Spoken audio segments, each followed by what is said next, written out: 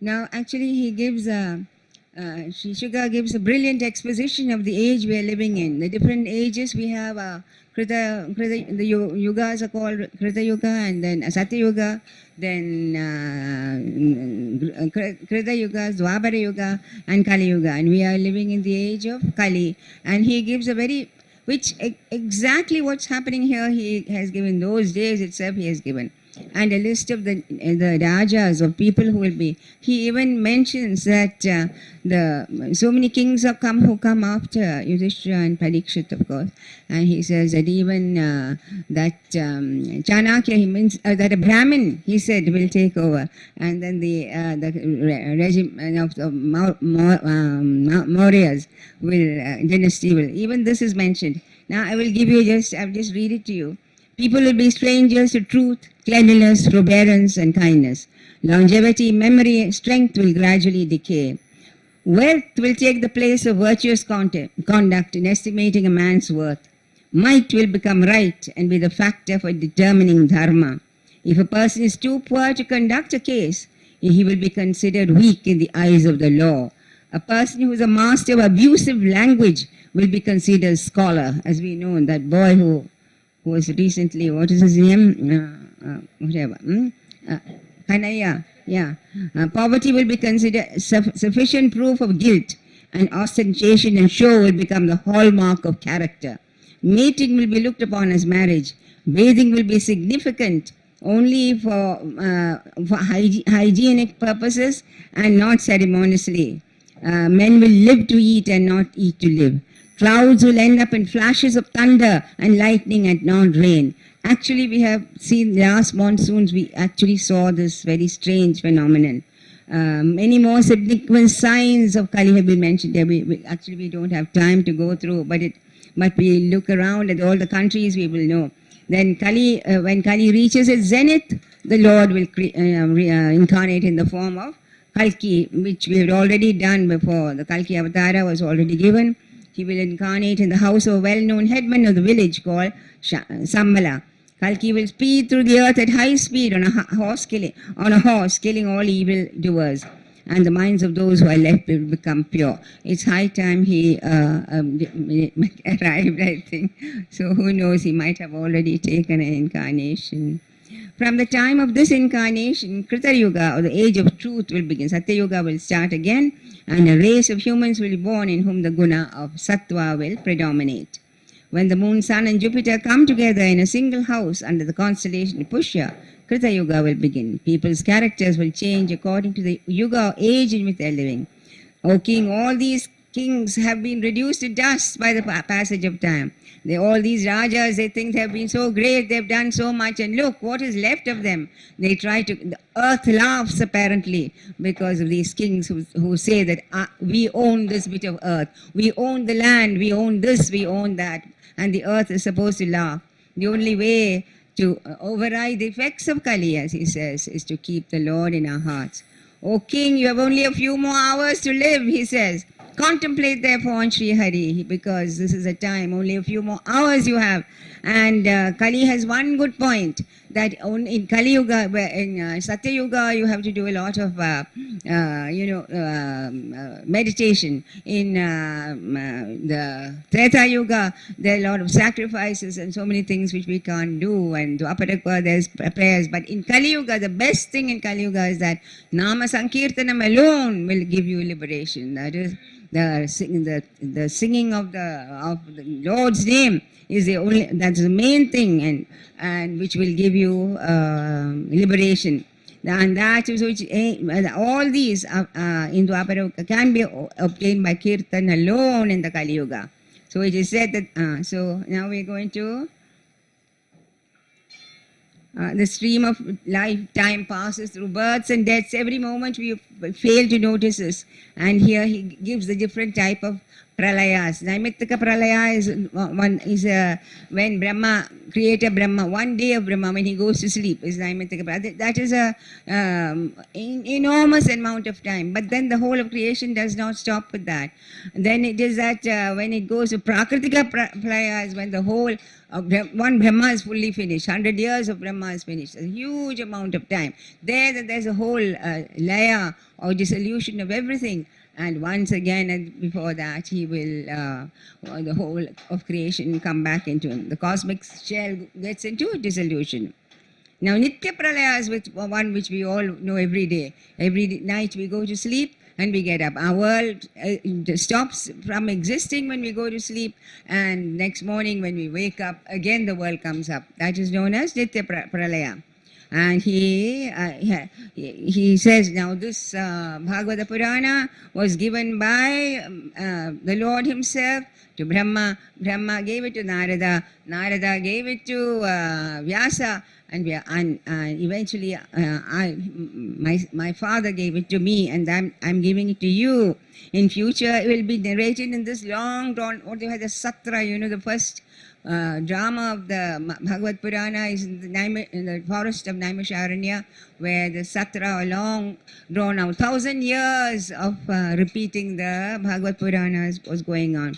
So then in the end, he makes his final words to Parikshit. Says, "Oh king, get rid of this foolish idea that you are only a body and that you can die. There's no question of you ever dying, because this is a body only alone which can die, and that which is immortal in you. Don't think that you are something which has come from a father and then to the son and then again reborn and so on, like a seed from a tree and a tree from a seed and so on. Get rid of this foolish notion, because you have never been born and therefore you will never die. You are that immortal, eternal soul which has ever been existed and will continue to exist. So never think that you are going to die. There's no question of it. You have already attained eternal life, and Takshaka can never kill you anymore," he says. So, and your physical death is only like a waking up state. When you wake up, you think, where were you? You think it's a kind of you have died. I mean, it's almost like a death. Ordinary death is only like a physical, like a sleep and getting up in the morning. And sometimes in the sleep, in the dream, you think your head has been decapitated. Has it really been decapitated? Did you really die in that dream? So similarly, your physical death is only that. So get rid of this feeling that you're only the body. Never think that you're only the body. You are that immortal, eternal soul. You will never ever die, because you have never ever been born even. O king, you have attained the highest which any soul can attain. And so the time is coming when he's giving his final unction to Parikshit, and this Jivatma will become one with the Paramatma. And this is a time when all the rishis and all have come, and he's asks, Shri Shuka asks, have you understood this? This is the thing which I've been hammering into you for 7 days. I've been telling you that have you understand the fact that you are not the body? You are that eternal, immortal Atman which can never die. So take away the fear of death from your mind. Death can never do anything. Takshagan can do no harm to you. Have you understood this, O king? He says. And Parikshit says, "Yes, Lord, I have indeed. Yes, Master, I have indeed. That I have understood what you have been, and that I am not the body. Takshagan and his poison will not be able to harm me," he says. So he gets up and he does full prostration to Sri Shuka and says, "How can I thank? Is there no possibility of thanking a person like this who has done so much for me? You have told me what I am, and this is the very knowledge which is all of you should take from these 7 days. Only this knowledge will be left to us. Many stories are there, many things have been said, and you may have been excited and happy to hear all these stories, but only one thing should remain in your mind. Have no fear of death, because the Takshaka of death is slowly but surely creeping to, however young we are, however maybe we are just a newborn baby even, but that snake of death is slowly but surely approaching us. So don't fear death at any time. That is one of the greatest fears which the human being has. Just as the love of life is the greatest of all loves, so the fear of death is the greatest of all fears. And that is one fear. If that can be taken away from your mind, then these 7 days would not have been a waste. These 7 days would have given you something which so extraordinary, which has made you immortal. that immortality of your life is what Sri Shuga has been trying to hammer in through Parikshit to all of us, because of Parikshit we are able to listen to this and hear this wonderful story. And then at last, as I said, Parikshit stood up and said, he said again, my child, he said, don't fear to ask. Do you want to ask me anything more?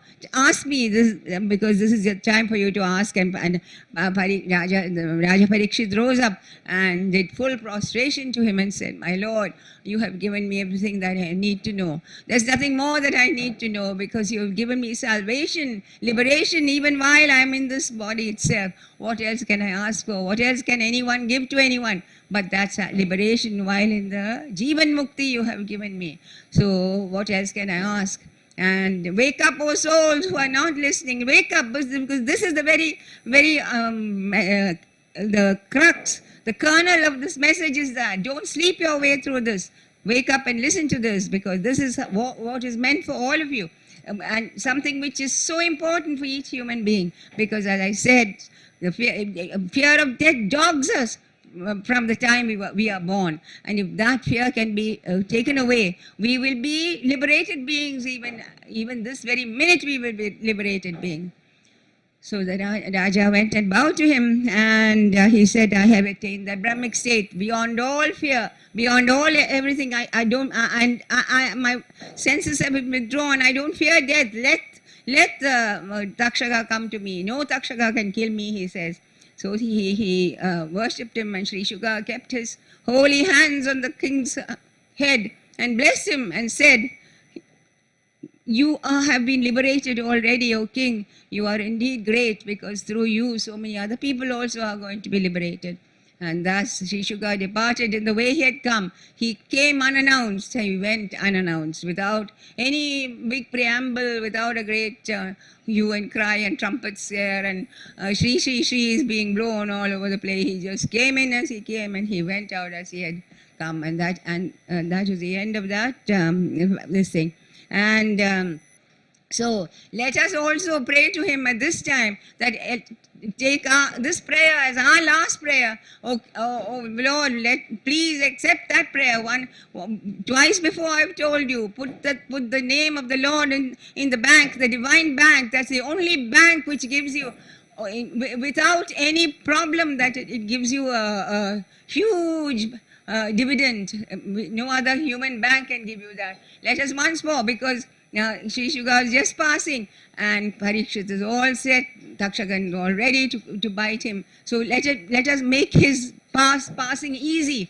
Let us sing the name of God, so that Parikshit also hearing that mantra of Lord Narayana, his passing will become even more easy. So let us all chant together, Om Namo Narayana, Om Namo Narayana, Om Namo Narayana, Om Namo Narayana, Om Namo Narayana, Om Namo Narayana, Om Namo Narayana. Let us pray that at the end of our life, we will be able to remember you at that time. Even if we are not able to say it with our tongues. Let us pray that we will, at least in our mind, we will be capable of remembering you, even though we may not be capable of saying the word. And maybe, who knows, if we are lucky enough, the people around us, instead of crying and beating their breasts or doing something which is utterly of no use whatsoever to us, let us hope that they will also chant these mantra of Narayana and help the soul go forward to meet that Lord who is standing there with all of you, in front of all of you at the time of your death. I pray that the Lord, in all his glory, will be standing there and then take you in and fold you all in his arms, because that is what we have said at that time. Who comes and the Takshaka at that time, he is supposed to be coming, and he meets, he's coming in the form of as a person, human being, and he meets a Brahman on the way who's able to bring down snake poison, and he's been sent to help the king. But Takshaka tells him not to come. He puts him off and he comes into this thing. And at that time, already the king is shining with a glorious aura. He's like a golden aura is all around him. He's already reached, he's no longer in that conscious mind. And Takshaka, what can he do to such a person? How can death ever approach such a person? Takshaka goes forward and bends his head low in front of that Raja Rishi, and bends his head low so that he can simply kiss the feet of this great soul. And that is what he does. And within seconds, Takshagan was the most poisonous of all snakes. And within seconds, the whole of the body of that king was turned into ashes. There was no need of cremation or anything. He turned into ashes. So that is a great end of that whole, how Shuka comes and he gives supreme knowledge to him, and eventually he gives him that supreme unction and tells him that you will go, and that is the end of that particular story. So this is, as I said, so he gives this, but unfortunately Parikshit's son Janamejaya could not understand this, the greatness of his father, the greatness of the teaching he's had, and he had a bitter hatred of Takshaka, who had dared to do such a thing to his father. And most of all, he was angry that he had put off the Brahmin who could have come and saved him, and all the saving of this body and all that is sheer futility. It's as if we blame a doctor as if, a doctor who could have saved my mother or my father. I hate that doctor. How dare he would have done something. Exactly like that, Janamejaya was thinking how he hated the Takshaka and all snakes, and he's supposed to have a huge sacrifice of snakes where he invokes, or the rishis invoke all the snakes to come, and one by one they come and jump into the huge fire, and hundreds and thousands of snakes are being sacrificed, but still Takshaka has not come. Takshaka, what he does? He goes and hugs Indra's throne, because then he feels that he will not be. And then the rishis are starting to invoke with Indra, let Takshaka come with Indra. And Indra's throne is shaking and Indra himself is shaking. And eventually Janamejaya is stopped by this thing, and he says, don't do this anymore, because unnecessarily you have killed thousands of snakes who had nothing to do with your father's death. Even Takshaka himself had nothing to do with your father's death. You must understand that the whole thing was something to give liberation to the whole world, to those who listen to this discourse. It's only a means of giving liberation to everybody. So Janamejaya repented of his act, but killing of snakes is supposed to be a big sin. And it's said that he did get leprosy, and eventually he wandered all over the Bharatvarsha, and he was cured only after going to the Krishna temple of Guruvayur, where he did bhajan, and it's said that that's how he eventually got liberation. We come to which has just been read, the great story of the sage Markandeya. Markandeya was as a young boy, his parents, they did not have a son. So they prayed to Shiva and they asked for a son. And Shiva said, actually the fact is that you are not fated to have a son. But as a special boon, I'll tell you, you can either have a son with very limited, he will not live very long. At the maximum, he'll live only for 16 years, but he'll be a brilliant son. Or you can have an idiot who will live till he's 90. Which would you prefer? And the king, of course, the Brahmana, of course, chose the son who would live only for 16 years. So Markandeya was born to him, and he was a wonderful boy. He was a great devotee of Shiva. He had a little temple where he would always go and pray to the linga there. And when approaching his 16th birthday, the parents were getting more and more frantic. And on the day of his 16th birthday, the boy asked the parents, "Why are you all getting so upset? What is it that is worrying you?" So they gave him the story. They said, "Today you are meant to die. The god of death will come to take you." So he laughs and said, Shiva is the god of immortality. He can give me immortality. He is the one who brought me into this world. Do you think if I worship him, he will not give me immortality? And so he went, and at that time he saw Yama coming after him, and he ran and hugged the linga, which was this thing. And he, Om Namah Shivaya, Om Namah Shivaya, he was saying. At that time when Yama had to put his noose around the boy as well as the linga.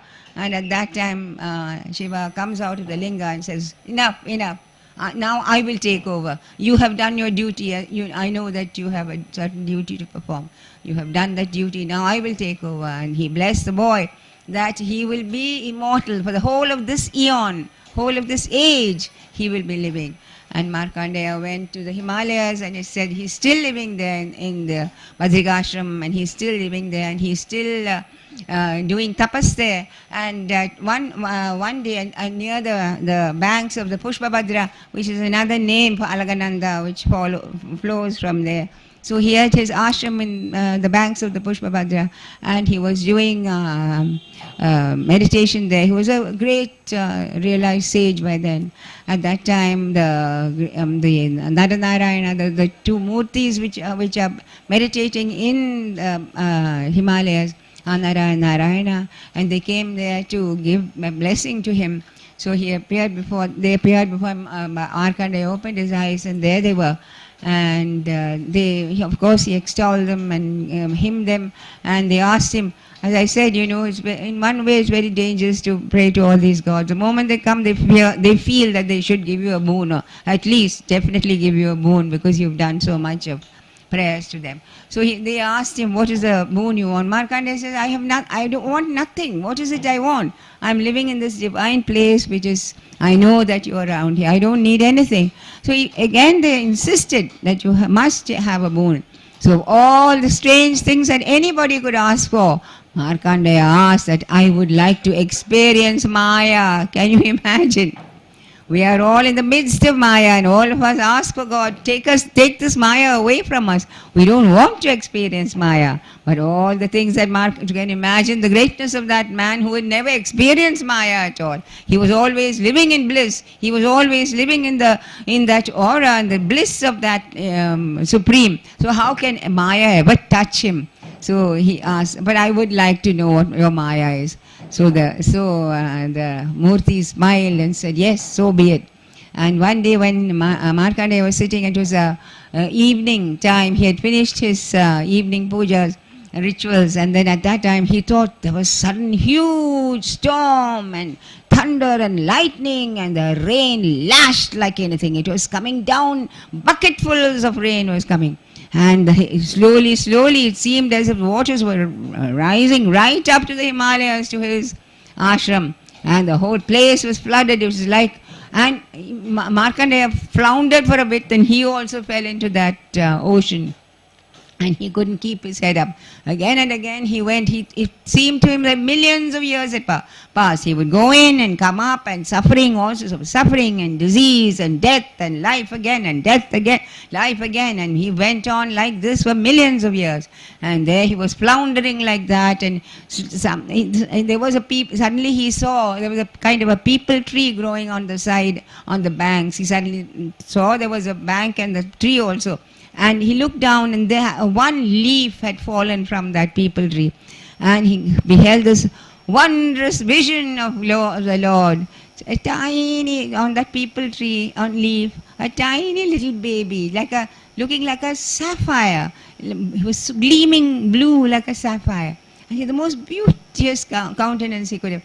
And what was strange about that baby, he had caught hold of his big toe with his two hands and lifted it up. Now many babies, as you know, have this. He had taken it to his mouth and he was chewing his own big toe, as if to say that only Ashraya, this 12th chapter is called Ashraya, or the final recourse for everybody is my feet. Even I have no other recourse except my own feet. So he was happily sucking that big toe of his. And Markandeya was so charmed with this, he couldn't believe such a beautiful thing. He hurriedly swam through it, nearer to the little babe, trying to catch it. And suddenly he found himself, the baby, breathed him through his breath, through his nostrils, and he went inside and he saw so many continents and trees and mountains and planets and the whole cosmos was within the stomach of this divine baby, and he experienced that it was so enjoyable, so lovely. Before he could really enjoy it to the full, the baby breathed out again, and out he went again. And then again he was floundering, and he was searching for the baby and trying. And this happened many times. The baby would draw him in, show him all, and again he would come out. Then as suddenly as it all happened, Markandeya suddenly found himself back in his hermitage in the Himalayas, and there was no water, no baby, no nothing, and there he was, and he looked. He didn't have a clock, but he knew by the sun that the time had only a few minutes had passed, a few minutes, and which he thought was millions and millions of years. Only a few minutes had passed. This is what he thought to himself, this is the Lord's Maya. Oh my God, now why did I ever ask for such a foolish thing? Because it was a dreadful experience that he had gone through. So many births and deaths and so many things and difficult and problems and so on. And things which all of us experience every day. To Markandeya, which was shown as a special treat, so because he had asked for it. So then he was again meditating in that place and going for some time. Then again, Shiva and Parvati are ever in the Himalayas, as you know. And they also thought this is such a wonderful man. They also thought, let us go and bless this Markandeya. So they also went and stood before him. And when he opened his eyes, of course, he was filled to see the Mahadeva along with Parvati standing and ready to bless him. And again they said, oh sage, they said, what is it that you want? We have come here in order to give you a boon. Markandeya said, I'm hardly recovered from the one boon I just had from Narayana. I certainly please don't insist that I take a boon from you. So then they blessed him with life. Death would never approach him for the whole of this eon. He would be immortal. That had already been actually given to him. But again they reiterated it, that he would be one of the immortals. He will go on to the end of this eon, and everything. He would never ever stand in need of anything that he would feel. He will never have the pangs of hunger or thirst or no troubles, or any sort of troubles would never come to him. By having blessed them in that way, that was the last arati you saw when Rudra appeared, when Shiva appeared before him, and that was the end of the Markandeya Vakyana, which is one of the great stories in the 12th skanda. The final words of this means that, O Lord and Master of our souls, please bless us that in whatever lifetime we may take, how many lifetimes we may take, still that your name and your thought and your bhava will always be with us. That is the final blessing or final wish we make from having read this book. So that is why again bhave bhave yada bhaktya padayosthavayayade tada kurishva devesha nadastam no yada prabho nama sankirtanam yasya sarva papa panashanam pramano dukkha shamanam tam namami harim param.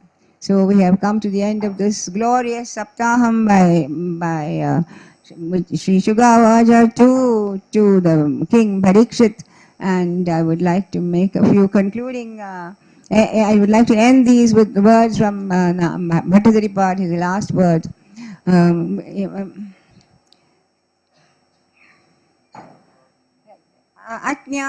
Ajñatvade mahatvam yadiha nigadidam Vishwanada Kshameda, O thou Lord of all the worlds, I pray you, forgive me, because all unknowing of thy greatness, I have dared to explain this wonderful book, which nobody like a fool like me could never have done it except for his great grace. So again and again I bow to you that for having, and to thank you, because like Mogam Garoji Vachalam, Bangam Langagirim, Mogam Karodi Vachalam, just grace alone can make the dumb eloquent and the lame to climb mountains. And thus this dumb fool really speaking, you have allowed me to say this wonderful, wonderful, great thing of this Bhagavatam, for which I'm truly grateful to you. You have been such great souls you are. You are really noble souls who have been allowed to come here in this and take part in this wonderful Saptaham.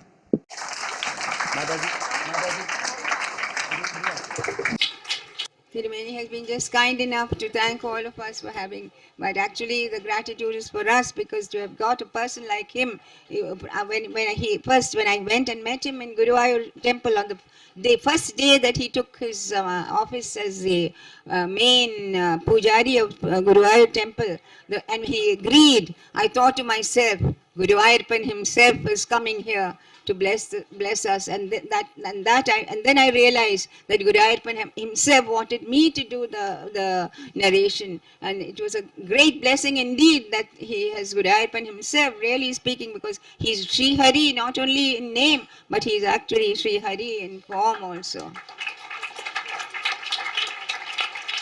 Chakram Kaumodagi Sarasijam Karuna Samudram Dada Sahaya Adisundara Mandahasam Vadalesham Anisham Pratibhavayami.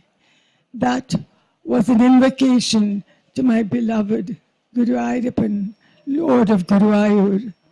I heard it for the first time in 1945 when I was 17 years old, chanted by Totam Nambudiri before he started the first Saptaham I ever heard in Guruvayur temple.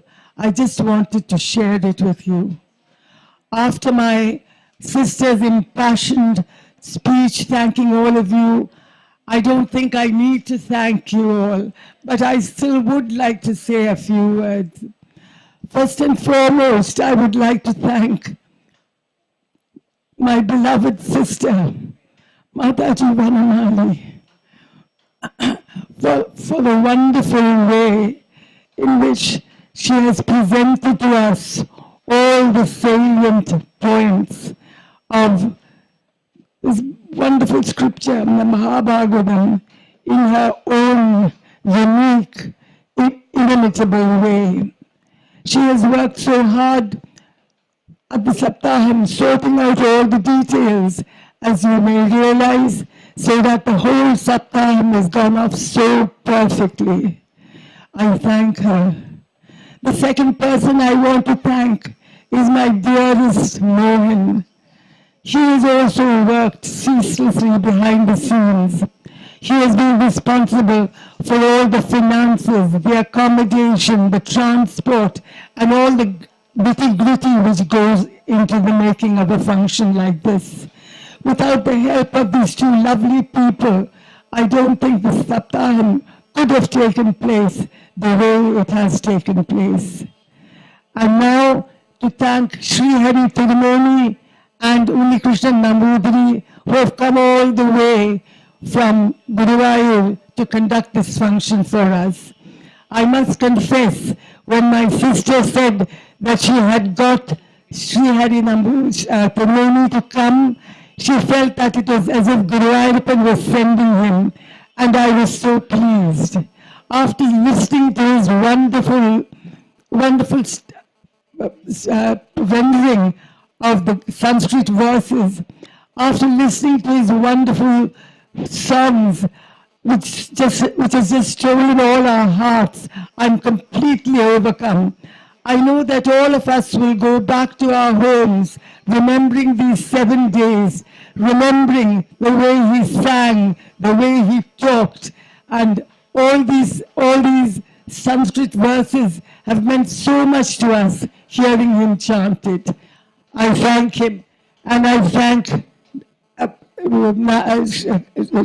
Sri Unikrishnan for the wonderful way he has done the pujas. I would like to go on and on about Sri Hari. I wish all of you could have understood Malayalam. The words were heart-rending. Some of the songs brought tears to my eyes. And I will always remember your songs. I will always remember the way you spoke. Thank you. Thank you both for being here.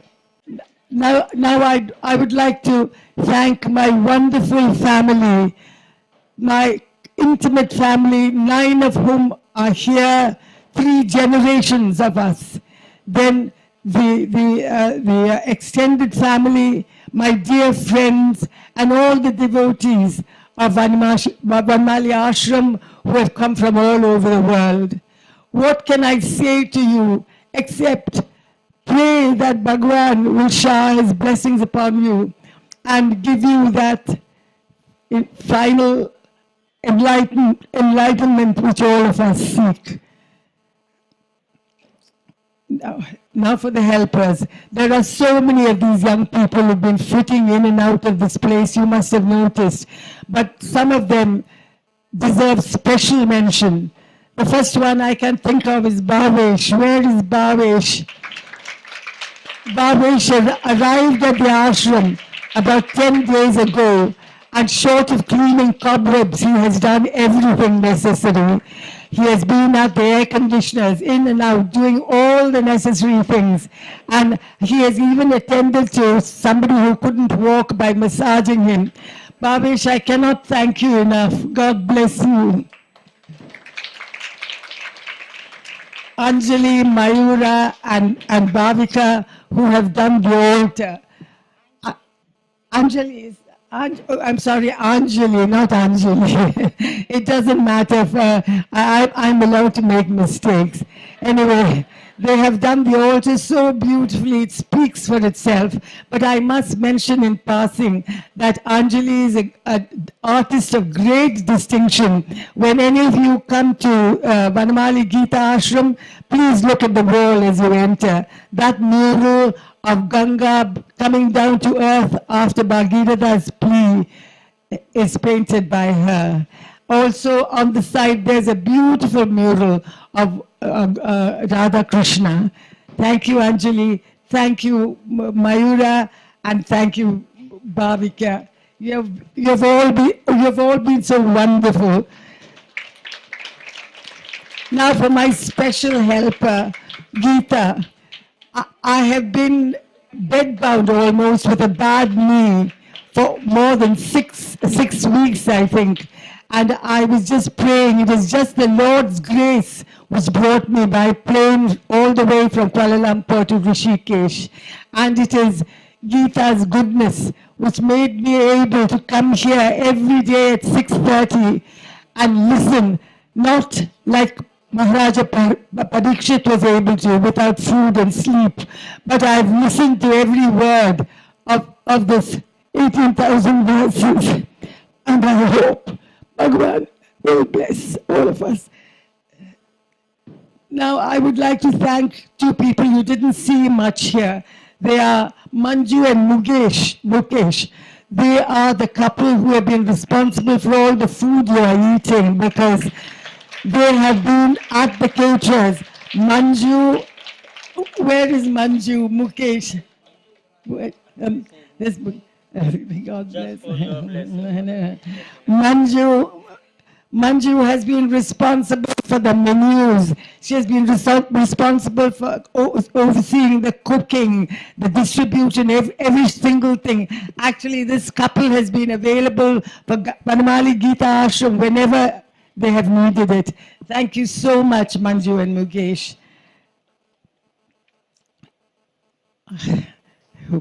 Shashi Kumar and his helper, Babuji. If it hadn't been for you, my sister would have been very disappointed. He is our videographer. He is my sister's favorite videographer. And they've come all the way from Trichy. Thank you so much for being here. Bola Bandari is the Pujari of Vanamali Gita. Did I say something? Bola Bandari is the Pujari of Gita Ashram. He has seen to it that all the puja items are on the altar in time. Thank you, Bola. And to the staff of Anandam Resort who have gone out of their way to help us. Thank you very much. Sukhbir, Where is Sukhbir? Sukhbir is our general helper. Are,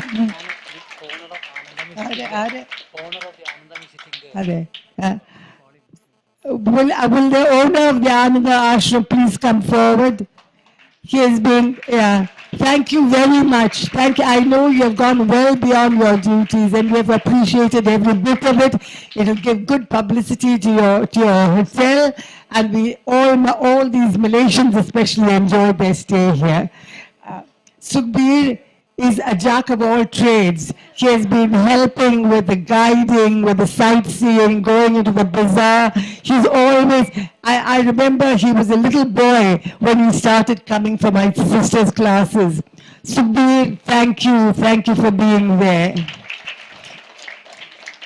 And finally, how do I thank my beloved Sri Krishna? Without his help, nothing would have been possible. I have felt his vibrations in this hall for the past 8 days. In fact, in January last year, when the thought of the Saptaham first entered my head, he has worked with us. He has directed us. He has guided us. And even to the extent of having this lovely little hotel, Anandam Resort, suddenly spring up just a stone's throw away from Vanamali Gita Ashram at the precise time when my sister was looking for a place to hold the Saptaham. She came up to this 4th floor, saw the magnificent views of the Ganga, and was captivated. The rest is history.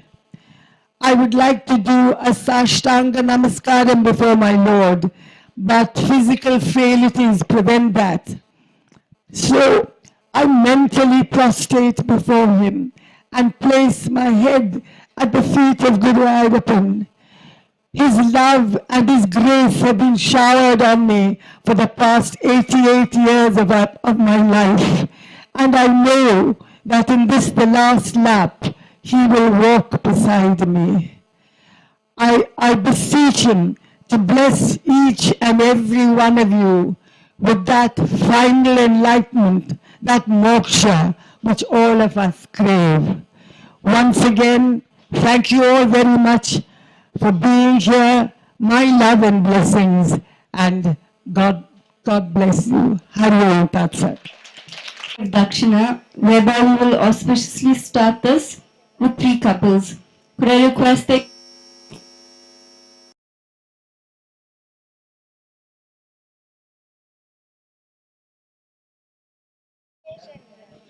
Shri Mukesh and Srimati Manju, who have so kindly arranged all of our food over the course of the Saptaham.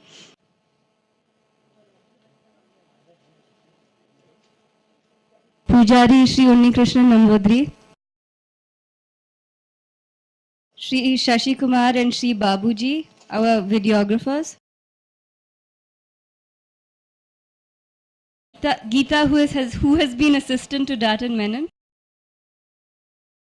Sukhbir, our jack of all trades. Yeah, you'll have to forgive me, but she is a wonderful girl. She's come from Germany. She came here a few weeks ago. She's been of unlimited help to my sister. She said she got out the help to get the book out on time. As you see, she has been seated there patiently with all the books, the videos, and she's not moved from her place. All of us have moved, but she hasn't. Thank you, Shri. Thank you for being here with us.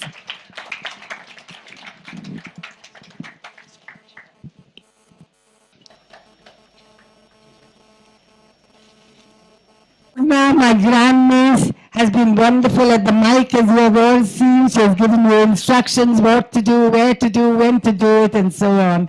Thank you, Purna, for always being there.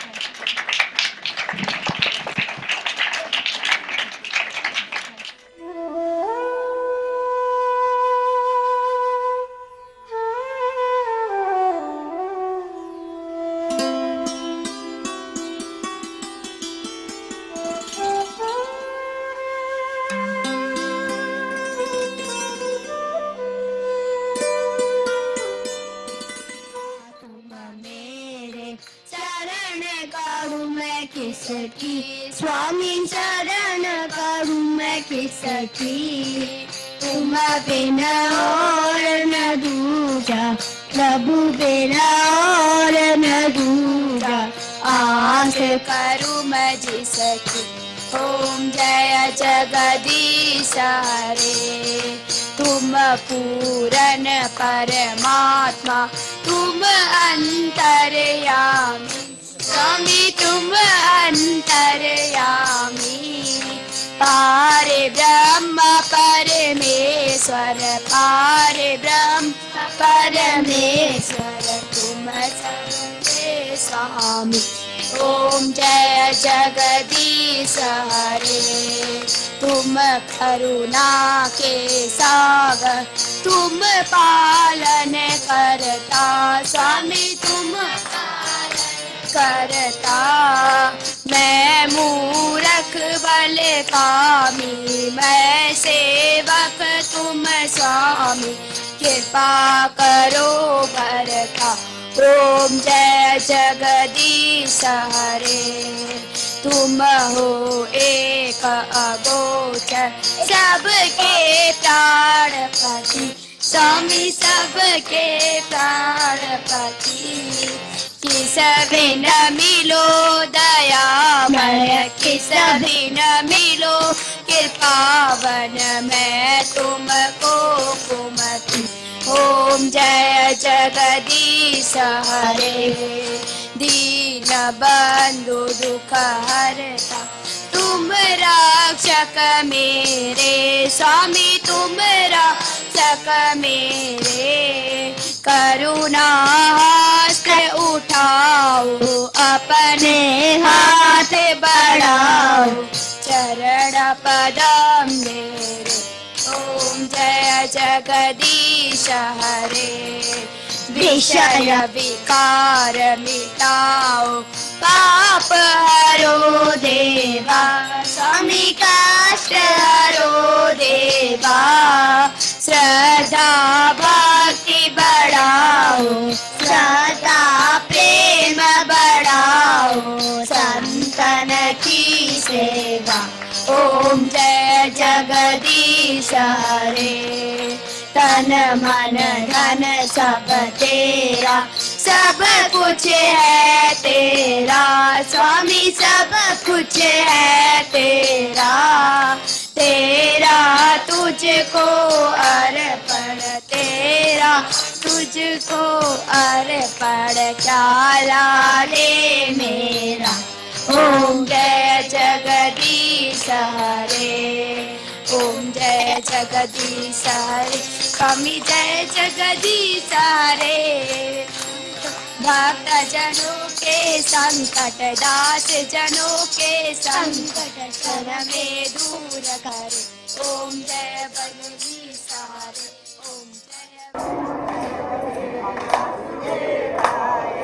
ओम नमो भगवते वासुदेवाय, ओम नमो भगवते वासुदेवाय, ओम नमो भगवते वासुदेवाय, ओम नमो भगवते वासुदेवाय, ओम नमो भगवते वासुदेवाय, ओम नमो भगवते वासुदेवाय, ओम नमो भगवते वासुदेवाय, ओम नमो भगवते वासुदेवाय, ओम नमो भगवते वासुदेवाय, ओम नमो भगवते